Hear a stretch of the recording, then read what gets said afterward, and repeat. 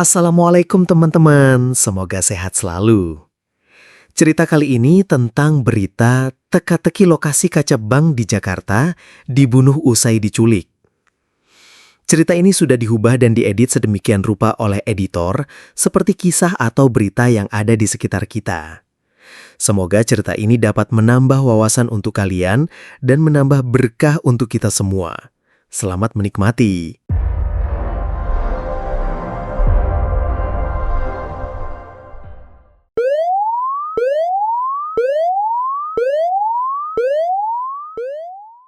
Jakarta, sebuah kota yang tak pernah tidur.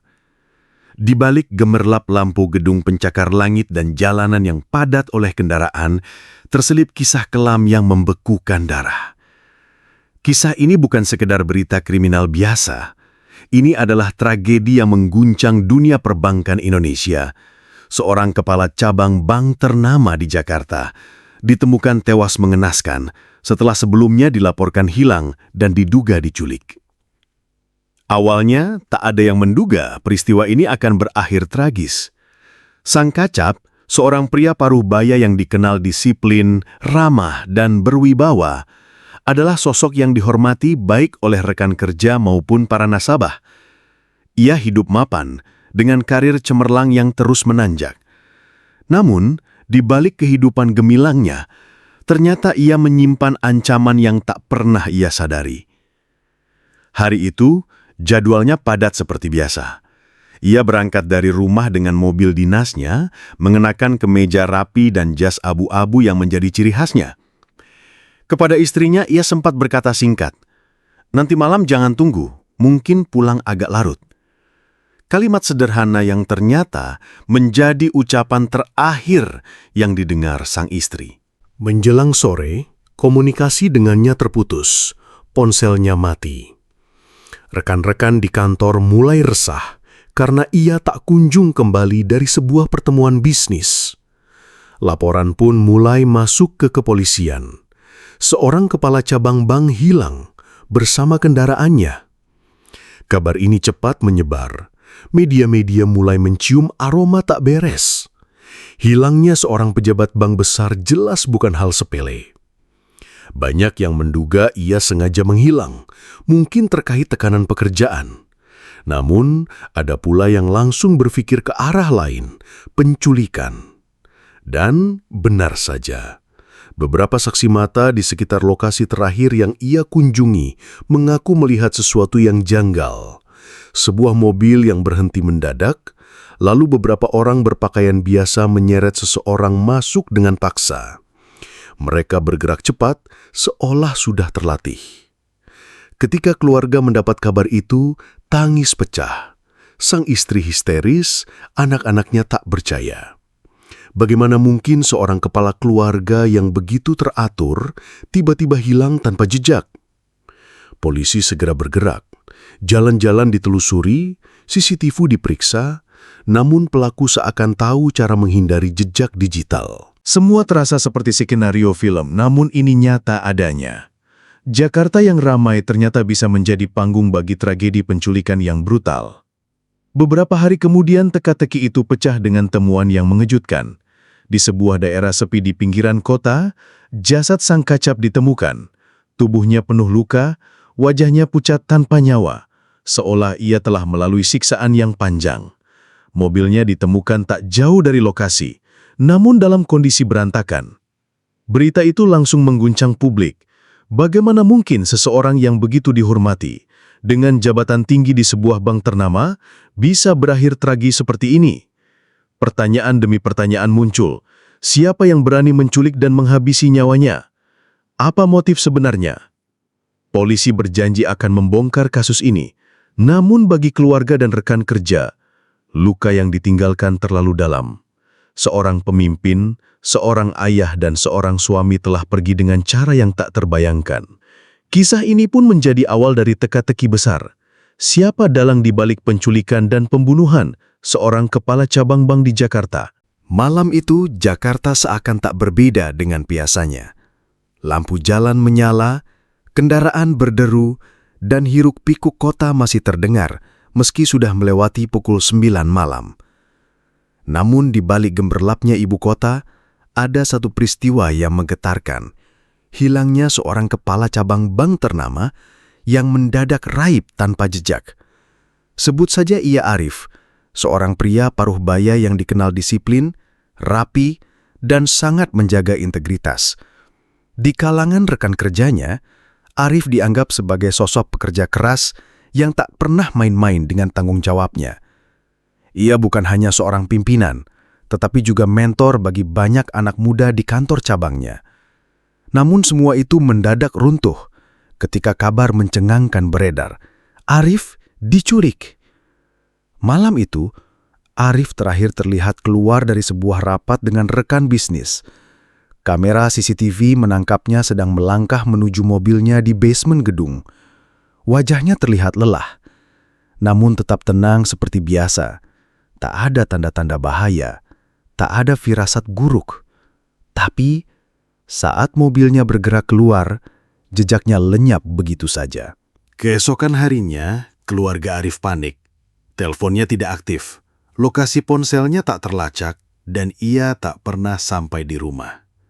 Bagi istrinya, yang sudah terbiasa dengan kesibukan sang suami, malam itu terasa panjang, tapi kali ini berbeda. Ada rasa sesak yang tak bisa dijelaskan, seolah-olah sesuatu yang buruk sedang terjadi. Polisi segera turun tangan setelah laporan orang hilang diajukan. Penyelidikan pun dimulai. Dari rekaman CCTV, terlihat mobil Arif berhenti di sebuah perempatan yang sepi. Beberapa menit kemudian, sebuah mobil lain mendekat dari belakang. Dalam hitungan detik, mobil Arif tak lagi terlihat. Ada kemungkinan ia dipaksa berpindah kendaraan.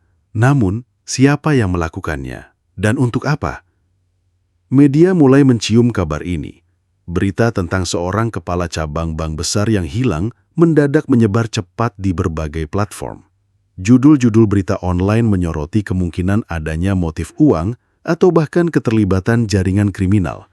Namun, satu hal yang pasti, hilangnya Arif bukanlah kasus biasa. Ada yang jauh lebih kelam di balik semua ini. Ketegangan semakin memuncak ketika polisi menemukan mobil Arif dalam kondisi kosong di sebuah jalan kecil di pinggiran Jakarta. Tak ada jejak darah, tak ada barang berharga yang hilang. Semuanya masih utuh. Seolah mobil itu sengaja ditinggalkan untuk mengaburkan jejak.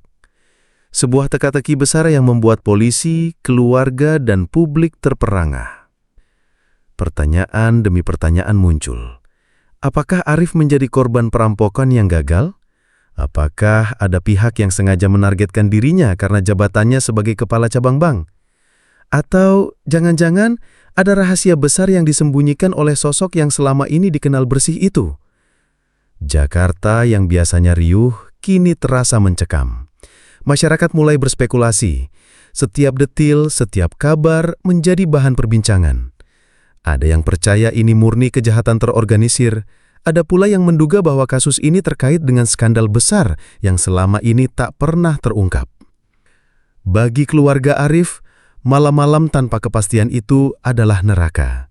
Sang istri terus menangis, anak-anaknya kebingungan, dan kerabat hanya bisa berdoa.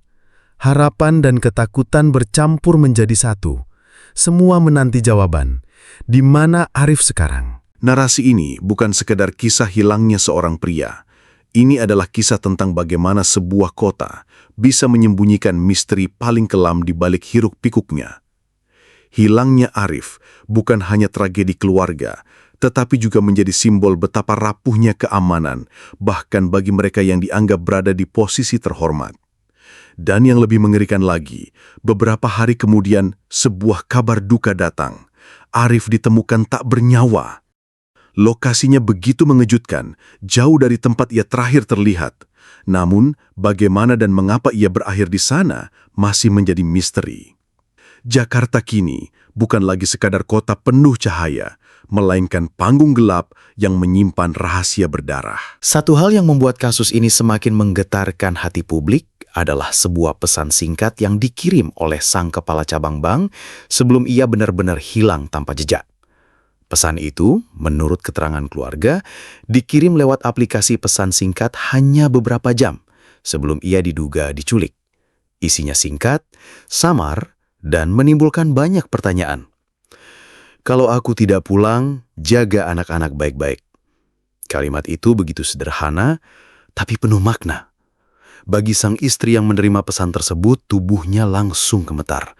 Seolah firasat buruk yang selama ini hanya menjadi bayangan, kini benar-benar berdiri di depan mata. Namun saat ia mencoba membalas, pesan itu tidak pernah terbaca. Ponsel korban pun langsung tidak aktif. Publik pun bertanya-tanya, apa yang sebenarnya terjadi beberapa jam sebelum penculikan? Polisi mencoba menelusuri rute perjalanan korban malam itu. Dari rekaman CCTV, ia terlihat keluar dari kantor cabang bank dengan wajah gelisah. Ada tanda-tanda jelas ia sedang terburu-buru. Bahkan beberapa saksi mata mengaku melihatnya berbicara dengan seseorang di parkiran, seperti sedang berdebat. Sayangnya, sosok yang diajak bicara tidak terlihat jelas dalam rekaman kamera. Spekulasi mulai bermunculan. Apakah korban sudah mengetahui dirinya sedang diincar? Apakah pesan terakhir itu memang bentuk perpisahan yang sadar ia tulis, atau hanya kebetulan saat ia merasa terancam? Yang lebih mengerikan, seorang rekan kerja korban mengaku bahwa sehari sebelumnya, korban terlihat menerima telepon dengan nada suara yang tegang. Ia sempat berkata, "Aku tidak bisa ikut permainan ini, jangan libatkan aku." Setelah itu, ia menutup telepon dengan wajah pucat pasi. Kata-kata itu kini jadi potongan puzzle yang belum terjawab. Apakah permainan yang dimaksud adalah urusan internal bank? Atau justru sesuatu yang lebih gelap? Sebuah jaringan kriminal yang berhubungan dengan uang, kekuasaan, atau bahkan politik? Keluarga korban semakin hancur saat mengetahui semua ini. Sang istri hanya bisa menangis setiap kali mengingat pesan terakhir suaminya. Anak-anak mereka yang masih kecil bertanya kapan ayah mereka pulang. Namun jawaban yang bisa diberikan hanyalah pelukan dan tangisan. Polisi tidak tinggal diam. Tim forensik digital kini bekerja keras untuk melacak siapa saja yang terakhir berkomunikasi dengan korban. Data telepon, email, dan aktivitas bank mulai diperiksa. Namun semua itu tidak semudah yang dibayangkan. Ada jejak-jejak yang seperti sengaja dihapus, membuat penyelidikan seakan menghadapi dinding tebal. Narasi ini membuat publik semakin penasaran. Pesan terakhir korban kini menjadi simbol misteri yang belum terpecahkan. Apakah ia memang sudah tahu ajalnya akan segera tiba? Apakah ia sedang menghadapi musuh yang lebih besar dari yang bisa ia bayangkan? Atau justru pesan itu adalah kunci untuk membuka kasus ini lebih jauh? Satu hal yang pasti, setiap detik yang berlalu tanpa jawaban hanya menambah luka dan pertanyaan. Publik menunggu, polisi mencari, keluarga berdoa, sementara kebenaran masih terkubur entah di mana. Jakarta, malam itu. Jalanan yang biasanya penuh dengan deru kendaraan berubah menjadi sunyi. Lampu jalan redup. Bayangan pepohonan bergoyang diterpa angin malam. Inilah saat di mana banyak orang pulang ke rumah, berkumpul bersama keluarga. Namun, tidak untuk seorang kepala cabang bank ternama yang kini sedang menjadi buruan. Sejak kabar penculikannya mencuat, polisi bergerak cepat. Mereka menyisir setiap kemungkinan jalur pelarian para pelaku. CCTV di beberapa titik jalan sudah diperiksa. Rekaman demi rekaman diputar ulang. Dan di sanalah, untuk pertama kalinya, terlihat mobil yang diduga membawa korban. Mobil itu melintas di sebuah jalan kecil di pinggiran Jakarta. Jalur yang jarang dilalui. Detik itu juga, suasana berubah mencekam. Para penyidik tahu, jika mobil sudah dibawa ke jalan sunyi seperti itu, artinya rencana para pelaku semakin matang. Korban bukan hanya diculik untuk uang, tapi ada kemungkinan lebih gelap. Ia dibawa ke tempat di mana jejaknya bisa dihapus selamanya. Keluarga korban tidak berhenti menangis. Telepon dari orang-orang yang tidak dikenal masuk silih berganti. Sebagian hanya diam, sebagian terdengar seperti suara samar menekan seakan ingin menyampaikan pesan tersembunyi. Polisi pun meyakini jaringan yang menculik bukanlah kelompok amatir. Mereka tahu cara bermain, tahu cara menghilangkan jejak, dan tahu kapan harus menakuti tanpa meninggalkan bukti. Di markas kepolisian, peta besar terbentang. Titik-titik jalur yang mungkin dilalui para pelaku ditandai dengan spidol merah. Mereka melewati daerah yang jarang ada polisi, kata seorang penyidik dengan nada tegang. Semua mata tertuju pada satu daerah yang tampak asing, wilayah dengan gudang-gudang tua yang sudah lama terbengkalai. Malam itu, regu khusus diterjunkan. Mereka menyusuri jalan yang sama, meneliti setiap sudut, berharap ada jejak. Namun semakin jauh mereka masuk, semakin pekat atmosfer yang dirasakan. Jalanan gelap, hanya suara ranting patah dan anjing liar yang terdengar. Sementara itu, kabar tentang penculikan ini terus beredar di masyarakat. Media-media mulai menurunkan berita berjudul sensasional. Kacap bank hilang misterius, dugaan penculikan menguat. Di warung kopi, orang-orang berdebat tentang apa yang sebenarnya terjadi. Ada yang bilang ini urusan uang, ada yang bilang ini soal dendam. Bahkan ada pula yang menduga ada permainan orang dalam. Namun satu hal pasti, jalan sunyi itu kini menjadi pusat perhatian. Sebab di sanalah jejak terakhir korban ditemukan. Di dekat sebuah tikungan, polisi mendapatkan potongan pita plastik, bekas ikatan yang terburu-buru dibuang. Dan lebih mencekam lagi, ada bercak merah di aspal yang terlihat samar saat disorot lampu. Apakah itu darah korban atau jebakan yang ditinggalkan pelaku? Pertanyaan itu menggantung di udara, membuat suasana semakin mencekam. Polisi sadar mereka sedang berhadapan dengan musuh yang licin. Korban mungkin masih hidup, tapi waktu terus berjalan. Semakin lama pencarian tertunda, semakin tipis pula harapan yang tersisa. Satu hal yang jelas, perjalanan di jalan sunyi itu hanyalah awal dari teka-teki panjang. Di balik senyap malam Jakarta, tragedi ini terus berkembang menjadi kisah yang lebih gelap dan berbahaya. Dan masyarakat menunggu dengan jantung berdegup. Apakah sang kacap bank bisa ditemukan dalam keadaan selamat, atau semua ini hanya akan berakhir sebagai berita duka yang mengguncang negeri? Malam itu, udara Jakarta terasa sesak. Seakan kota ini ikut menahan napas, menunggu kabar selanjutnya dari kasus penculikan yang berubah jadi pembunuhan. Kacap bank itu kini sudah ditemukan telas, tapi teka-tekinya semakin dalam. Polisi menduga pembunuhan ini bukan sekedar dendam pribadi, melainkan ada jejak uang besar yang mengalir di baliknya. Menurut sumber internal kepolisian, sebelum diculik, korban sempat menangani sebuah transaksi mencurigakan. Jumlahnya fantastis, miliaran rupiah masuk ke rekening perusahaan fiktif. Transaksi itu sempat dihentikan oleh korban karena ia menilai ada indikasi pencucian uang. Keputusan itu ternyata bisa menjadi bom waktu, sebab langkah beraninya membuat sejumlah pihak merasa terancam. Dari keterangan beberapa rekan kerja, korban dikenal sebagai sosok lurus dan disiplin. Ia tidak bermain-main dengan aturan. Dia orangnya tegas. Kalau ada yang coba-coba korupsi atau nyelundupin dana, pasti ketahuan sama dia, kata seorang karyawan dengan wajah pucat saat ditemui wartawan. Kalimat itu makin memperkuat dugaan. Korban dibungkam karena tahu terlalu banyak. Yang membuat publik gemetar, ada indikasi keterlibatan orang dalam. CCTV yang sebelumnya merekam pergerakan korban mendadak rusak tepat di hari ia diculik. Bukan hanya itu, lokasi terakhir sinyal ponselnya sempat terdeteksi di kawasan perumahan elit, sebelum akhirnya berpindah ke pinggiran kota. Jalur penculikan ini terencana rapi, seolah ada tangan-tangan bayangan yang mengendalikan semuanya. Ini bukan kerjaan amatir. Pelaku tahu cara menghilangkan jejak, tahu kapan harus memutus CCTV, bahkan tahu celah pengawasan bank. Ujar seorang penyidik dengan nada penuh tekanan. Isu pun berkembang liar di media sosial.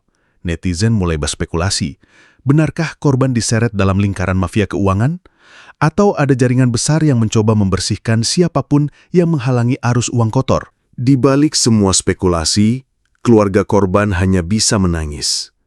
Sang istri terlihat jatuh pingsan saat jenazah tiba di rumah duka. "Dia orang baik, tidak pernah punya musuh," ucapnya lirih sambil terisak. Namun justru itulah yang membuat semua semakin menakutkan. Kalau orang baik yang hanya menjalankan tugasnya bisa dihabisi, lalu siapa yang bisa merasa aman? Polisi kini mengembangkan penyelidikan dengan fokus ke arah uang darah. Aliran dana yang menjadi akar dari tragedi ini. Setiap rekening mencurigakan, setiap transaksi gelap, dan setiap nama yang muncul dalam catatan korban kini tengah diperiksa. Namun pertanyaan besar belum terjawab. Siapa dalang di balik penculikan dan pembunuhan ini? Apakah hanya pelaku lapangan yang ingin balas dendam? Atau ada kekuatan besar yang bersembunyi di balik tirai gelap Jakarta? Satu hal yang jelas, kasus ini belum selesai. Bahkan bisa jadi, ini baru permulaan dari misteri yang jauh lebih besar.